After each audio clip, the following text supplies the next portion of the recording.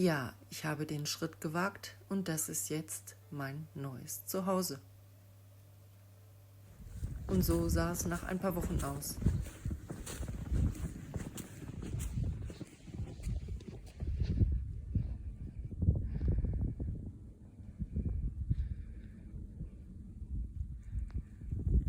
Aber wir beginnen mit dem Umzug. Nachdem ich Ende September mit einem Umzugs-LKW 90% meiner Sachen in meine neue Wohnung gebracht hatte, habe ich am 1. Oktober meine Wohnung in Ratingen verlassen, meine Katzen und den Rest meiner Habe ins Auto und in meinen Pferdeanhänger gepackt und bin in Richtung Tirol aufgebrochen. Schon deprimierend, wenn einen die LKWs überholen,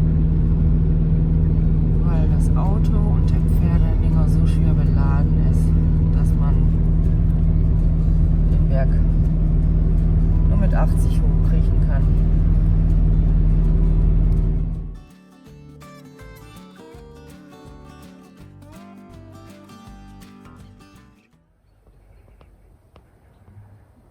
So, der erste Morgen im neuen Zuhause.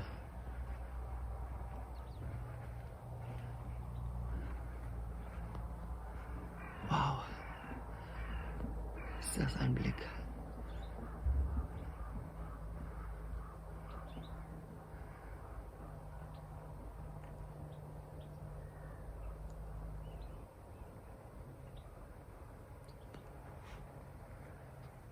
Die Bäume verlieren noch ihre Blätter, sodass ich im Winter die Berge auch direkt sehen kann.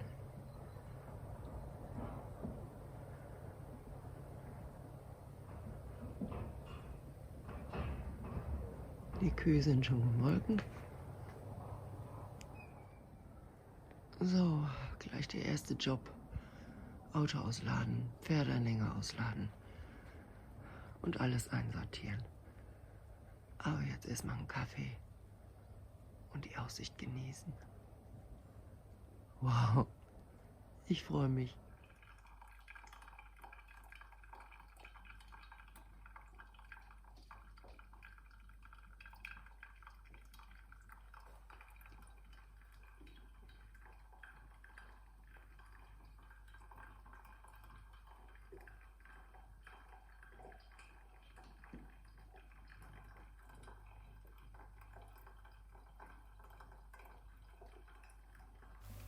Der Kaffee läuft, die Katzen hatten ihr Frühstück und chillen und genießen die neue Aussicht. Jetzt kann auch ich erstmal frühstücken.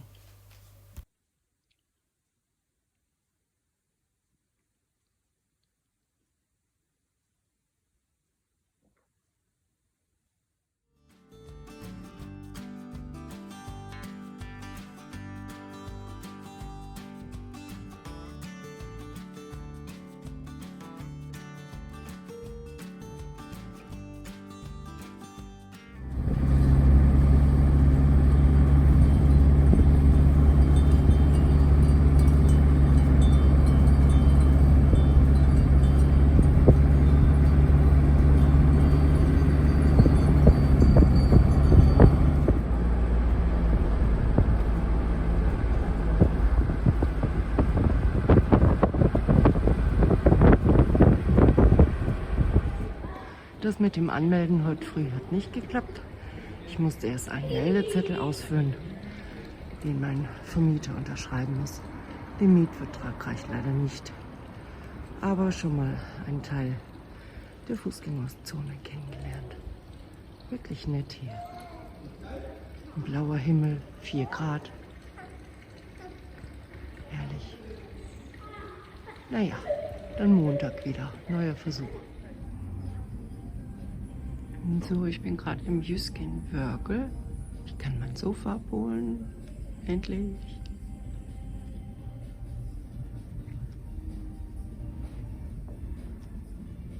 Einen Esstisch nebst Stühlen brauche ich natürlich auch noch. Zuerst habe ich überlegt, diesen Bartisch zu nehmen mit diesen Stühlen. Habe mich aber dann für eine andere Sitzgruppe entschieden. Die zeige ich euch später noch. Das Sofa war jetzt erstmal wichtiger. Das ist die Ecke, wo es hinkommt und ich habe mir ein Sofa mit einer Chaiselongue ausgesucht. Und da ich den Terracan nur bis Ende Oktober halten konnte, aus Gründen, die ich später erklären werde, musste ich die Zeit nutzen, wo ich das große Auto noch hatte, um diese ganzen Pakete zu transportieren. Auch wenn der Terracan groß ist, ich musste zweimal fahren. Beim Auspacken habe ich dann diesen Riss entdeckt. Zuerst dachte ich, oh, sei nicht so deutsch, akzeptiere das, baue es auf und fertig. Aber dann sah ich, wie es von unten aussah. Also zwar erstmal aufbauen, aber sofort den Kundendienst anrufen und umtauschen. Der Kundendienst von Jysk in Wien hat mir, trotz dass es ein Freitagnachmittag war und 5 Minuten vor Feierabend, super weitergeholfen. Also wirklich vielen, vielen Dank. Mir gefällt es sehr gut in der Ecke. Und wie man sieht, den Miezekatzen auch. Endlich nicht mehr auf dem Boden sitzen. Und nach 10 Tagen konnte ich das ganze Sofa wieder demontieren und das neue Ersatzteil abholen und wieder aufbauen. Das Schöne ist, dass ich dieses Sofa auch zu einem Doppelbett umfunktionieren kann, sodass zusätzlich zu den Schlafmöglichkeiten in meinem Gästezimmer auch hier noch 2 Leute schlafen können, wenn ich mal Besuch bekomme. Nach dem ganzen Kisten auspacken und Möbel aufbauen, habe ich gedacht, jetzt schaust du dir erstmal deine Umgebung an. So, es ist Sonntagmittag. Heute geht's auf ein Hoffest. Zu Fuß natürlich. Erstmal den Berg hoch. Mein Gott, ich bin gerade unterwegs und schon völlig außer Atem. Ich melde mich, wenn ich angekommen bin.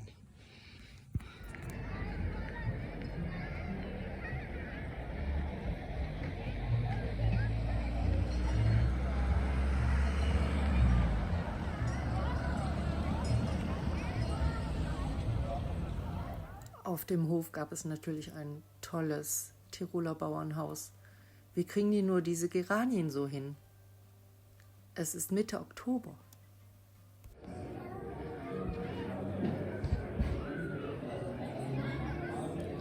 Wow, das ist mal ein Heulager.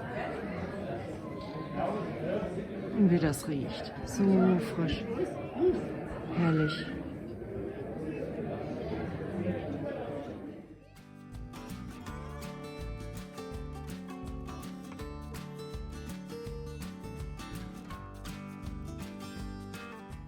Ein Tiroler Hoffest. Mit Musik.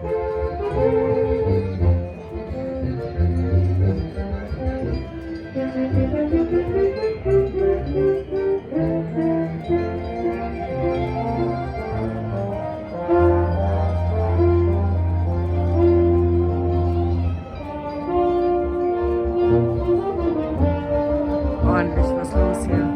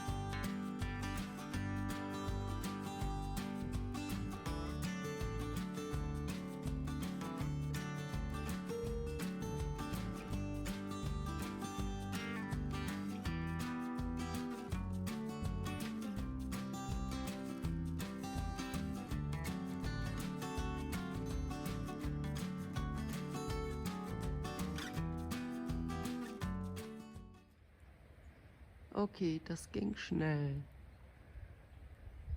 Zack. Über Nacht ist Schnee auf dem Berg. Ah, nicht viel, aber...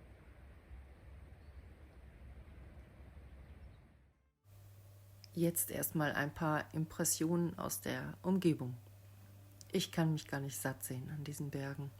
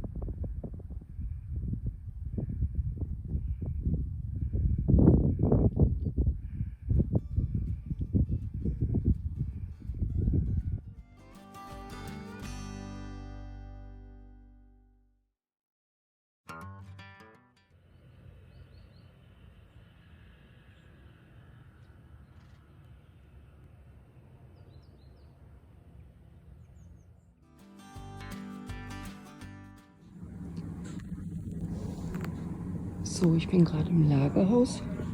Das ist sowas wie in Deutschland der Raiffeisenmarkt. Schon mal Sachen fürs Pferd entdeckt. Ich brauche einen Besen für die Stube. Den habe ich schon mal, weil mein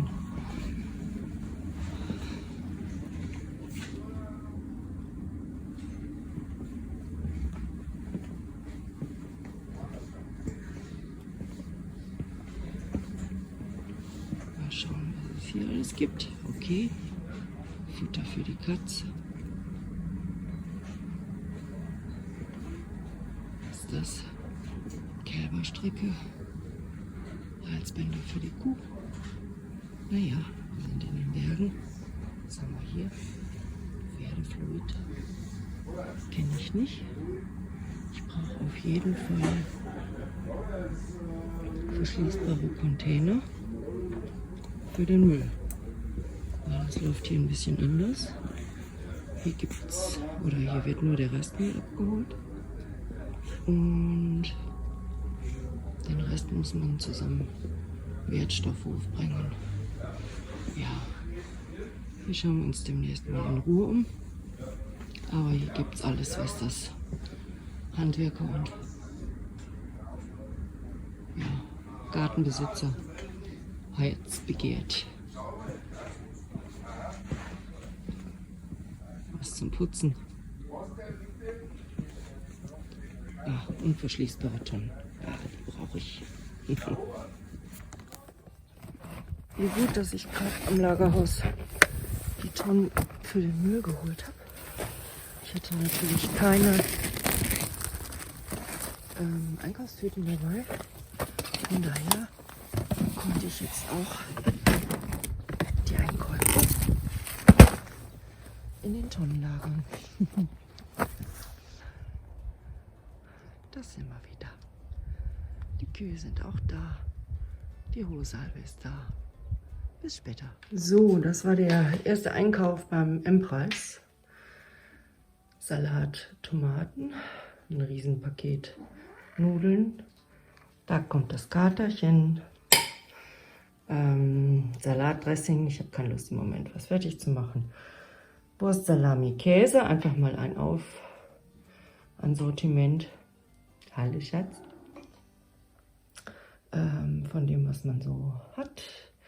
Das verbrate ich heute Abend, also habe ich gedacht, nehme ich ruhig das reduzierte. Ein paar Joghurts, einfache Chips, ein bisschen Joghurt mit Ballaststoffen und natürlich Radler, ein Sixpack und naja, Klopapier braucht man ja auch. Ne? So, da sind meine Miesis wieder, die brauchen jetzt was zu essen. Achso, der Einkauf hat jetzt rund 37 € gekostet. Demnächst nehme ich euch mal mit und dann gehen wir in Ruhe durch den Laden und dann vergleichen wir auch mal Preise zwischen dem M-Preis. Hier gibt es noch einen Spar und natürlich gibt es hier auch in der Gegend einen Hofer und andere Sachen. Hofer ist das Äquivalent zum Aldi in Deutschland. Und dann schauen wir mal, vergleichen wir mal ein bisschen Preise und schauen mal, was die Lebenshaltungskosten, schwieriges Wort, in Deutschland im Vergleich zu Österreich so sagen. Bis dann.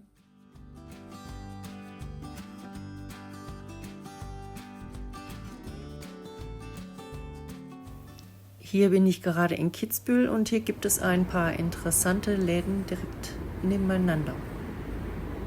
Da werde ich demnächst mal, wenn ich mehr Zeit habe, auf jeden Fall mal durchschauen. Mitte Oktober habe ich Besuch bekommen und an einem Tag sind wir Richtung Wildschönau gefahren und zwischen Mühltal und Kundl liegt eine Klamm und da haben wir eine schöne Wanderung gemacht. Leider war es ziemlich bedeckt an dem Tag, sodass ich nicht viele schöne Fotos gemacht habe oder machen konnte. Aber danach waren wir essen im Lokal Drachenherz und schaut euch mal die Gerichte an. Da werde ich auf jeden Fall nochmal hingehen. Das war so lecker.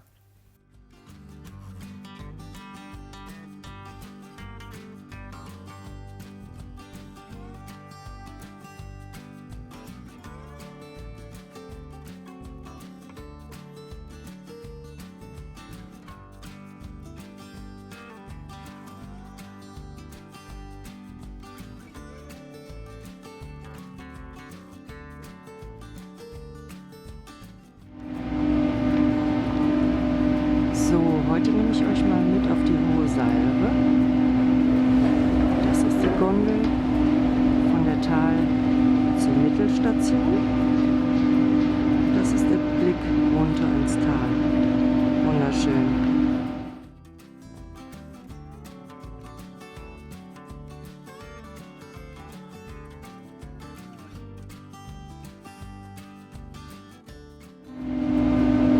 Und hier geht es jetzt gleich weiter. In der Mittelstation muss man kurz die Gondeln tauschen und dann geht's hoch auf den Berg.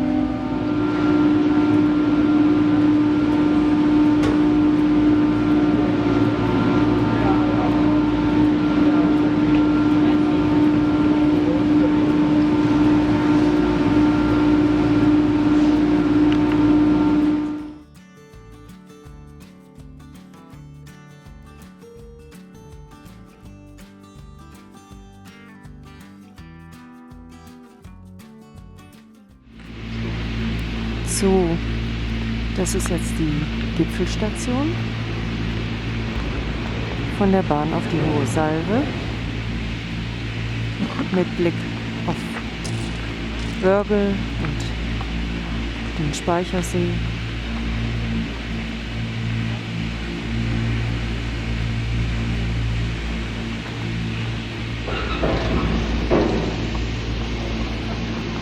Das Gipfelrestaurant. Das Gipfelrestaurant.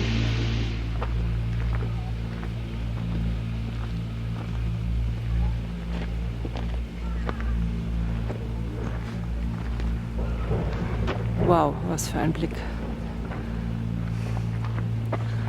Leider eine Wolkendecke über den Bergen, aber sonst wunderschön. Eine kleine Kapelle gibt es hier oben auch.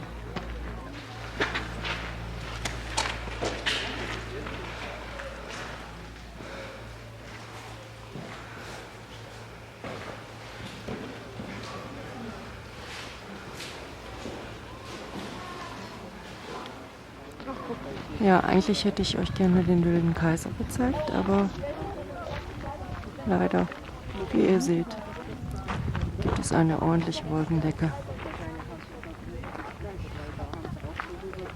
Aber trotzdem beeindruckend alles hier. Da geht's Richtung Kitzbühel.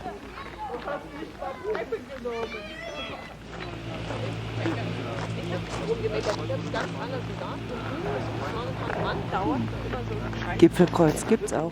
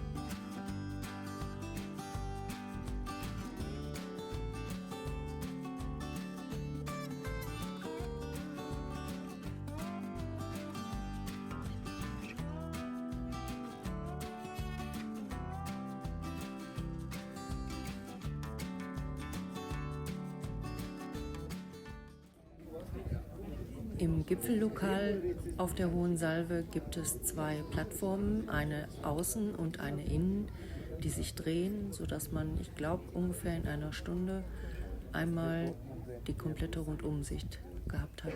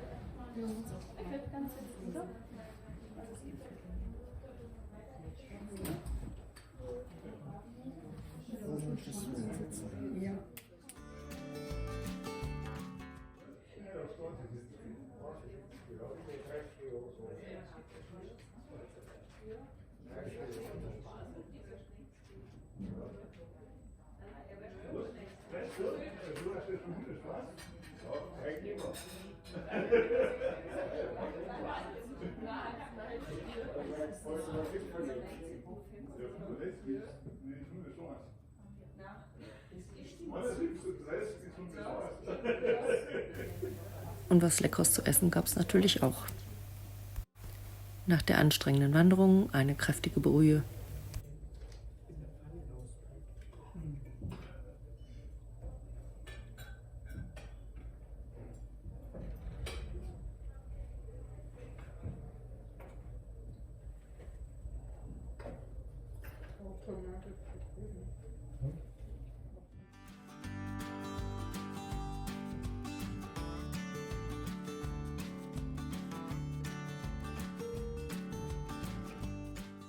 So, erstmal genug gewandert, die Wohnung will weiter eingerichtet werden und dafür habe ich mir diese Vintage-Style-Leinwandbilder geholt, die ich ins Badezimmer gehängt habe.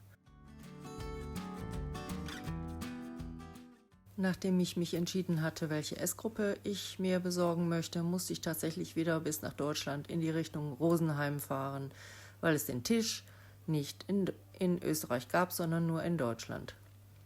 Und solange ich mein großes Auto noch hatte, musste ich die Gelegenheit nutzen, und alles besorgen. Die Katzen fanden natürlich die Kartons am spannendsten. Katzen halt.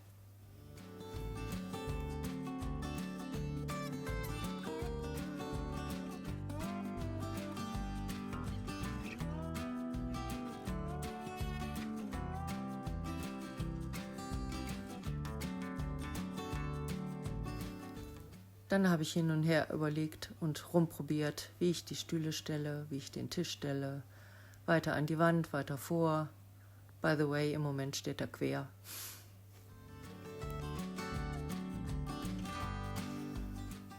Ich brauche jetzt noch irgendein Möbel, wo ich den Fernseher drauf stellen kann. Da könnt ihr mir vielleicht mal bei helfen. Ich habe hier 2 Varianten. Hier Variante 1, die mir ganz gut gefällt, und hier Variante 2. Schreibt doch mal runter in die Kommentare bitte, was euch besser gefallen würde.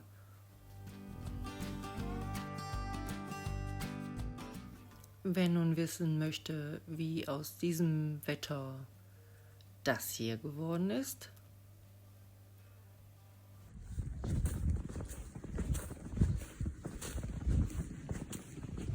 warum ich mein geliebtes Auto abgeben musste und wie dieser fesche Kerl seinen Weg nach Österreich gefunden hat. Sollte diesen meinen neuen Kanal abonnieren und bekommt dann auch Nachricht, wenn das nächste Video hochgeladen wird. Dauert nur noch ein paar Tage, weil wir wollen ja noch vor Weihnachten zusammen auf den Kitzbüheler Weihnachtsmarkt, wenn ihr Lust habt. Bis dann und Servus.